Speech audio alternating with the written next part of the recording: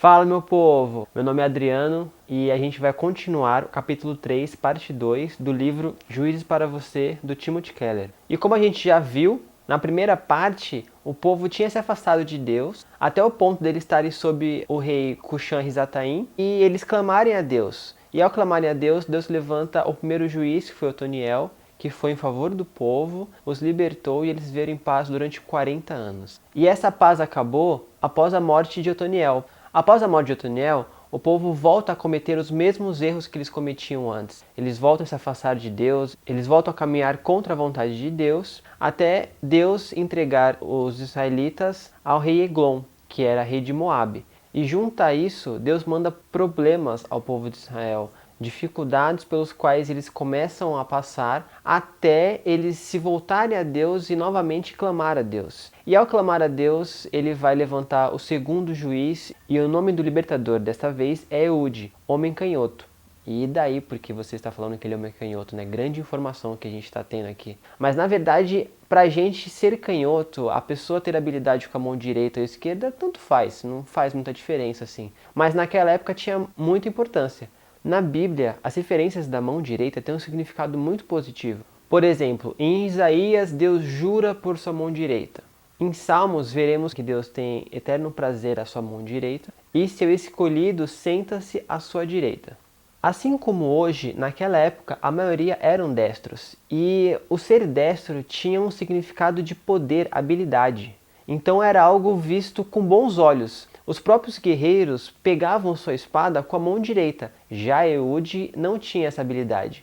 Provavelmente Eude tinha alguma paralisia ou incapacidade que não permitia que ele tivesse essa habilidade com a mão direita. E se a gente comparar os dois primeiros juízes, nós veremos que Otoniel é um líder típico. Aquela pessoa que a gente olha e já vê que ele vai ter um futuro diferente, um futuro promissor. Otoniel era um guerreiro de família de homens fiéis da tribo de Judá, tribo escolhida por Deus para ser a primeira a receber a sua herança. Já Eude, se fosse por livre e espontânea vontade, o povo não o seguiria ou ouviria Eude, devido à sua incapacidade com a mão direita. Mas Deus o escolhe. E aqui é muito legal ver a maneira que Deus age, a maneira que ele escolhe pessoas marginalizadas pela sociedade para fazer a vontade dele. Então a gente vê aqui que não adianta a gente ir muito pelos padrões do mundo, a gente achar que as coisas acontecem por nossas forças, por nossa habilidade, por nossa inteligência, pela nossa beleza, pelo fato de termos muito dinheiro, porque a verdade é que as coisas acontecem devido ao poder e à vontade de Deus. Então não é por nós, não é por nossa capacidade, mas sim por aquilo que Deus quer e por todo o poderio que Deus tem. E a missão de Eude era ir até Eglon e pagar os tributos a ele. E antes dessa caminhada, Eude fez uma espada de 2 gumes e colocou em sua coxa direita embaixo das suas roupas. E aqui é a cereja do bolo, porque é algo que não acontecia antigamente, porque como os guerreiros eram destros, eles colocavam a sua espada na coxa esquerda. E Eude fez uma espada e colocou na coxa direita, porque ele ia até lá e ele tinha a intenção de matar o rei. Eude foi até lá, ele pagou os tributos, só que ele não conseguiu ficar próximo ao rei Eglon. Então ele estava indo embora, junto com a sua delegação, e ele fala para o pessoal que estava com ele assim, vai indo na frente que eu vou voltar porque eu tenho que trocar uma ideia lá com o rei Eglon, eu tenho um papo para falar com ele lá, então vai indo que eu alcanço vocês. Então ele deixou o pessoal ir, ele voltou para falar com o rei, e assim que ele chega, o rei Eglon pede silêncio e seus auxiliares deixam ele entrar. Então a gente vê aqui que Eude era a pessoa essencial, era a pessoa certa para fazer isso. Porque tanto o rei quanto os auxiliares olhavam para Eude e viam que ele não poderia causar risco nenhum para eles. O fato dele não ser alguém segundo os padrões da sociedade daquela época fazia com que ele fosse apenas uma pessoa que realmente fosse dar uma mensagem ao rei. Então ele não causava perigo algum para a sociedade aos olhos deles, e eles deixaram ele entrar para falar com o rei. Então Eude conseguiu aquilo que ele queria, ele estava ali sozinho, ele e o rei Eglon.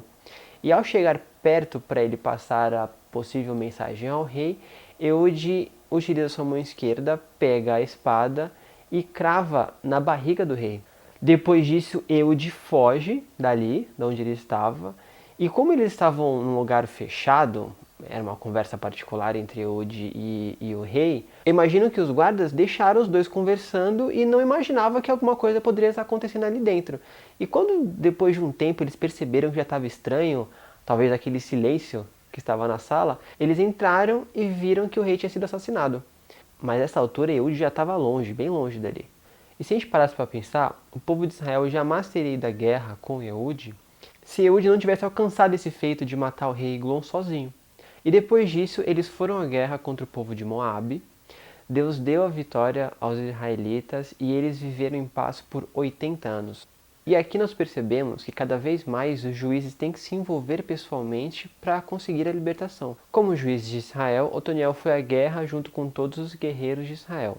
Eude atacou o rei inimigo sozinho antes de liderar Israel na batalha. Os líderes seguintes, Débora e Baraque, lideraram juntos apenas 2 tribos. E o último juiz, Sansão, libertou Israel sozinho.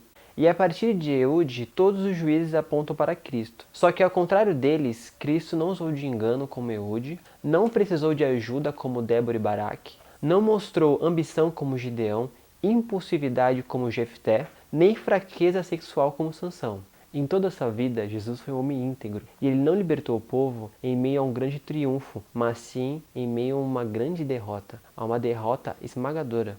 E Deus mostra que sua salvação não acontecerá no estilo cinematográfico. Ela acontecerá por um marginalizado nascido numa manjedoura, em meio à fraqueza e não ao que o mundo chama de poder, por meio de uma derrota e não do que o mundo chama de vitória, por meio de uma loucura e não do que o mundo acha que é sabedoria. Que a gente não cometa o mesmo erro de Eglon, de olhar para o libertador escolhido por Deus e achar que ele não tem importância nenhuma. Que ao olharmos para Cristo, que a gente veja o poder e a sabedoria de Deus. E aqui a gente acaba a nossa segunda parte do capítulo 3, e eu queria deixar uma reflexão pra gente nessa semana. Você já viu Deus usar alguma pessoa imprevisível ou algum método improvável para realizar a sua obra? Que a gente possa refletir nisso e com certeza a gente vai lembrar de muitas coisas que Deus fez na nossa vida e veremos o quão poderoso Ele é. E até a próxima.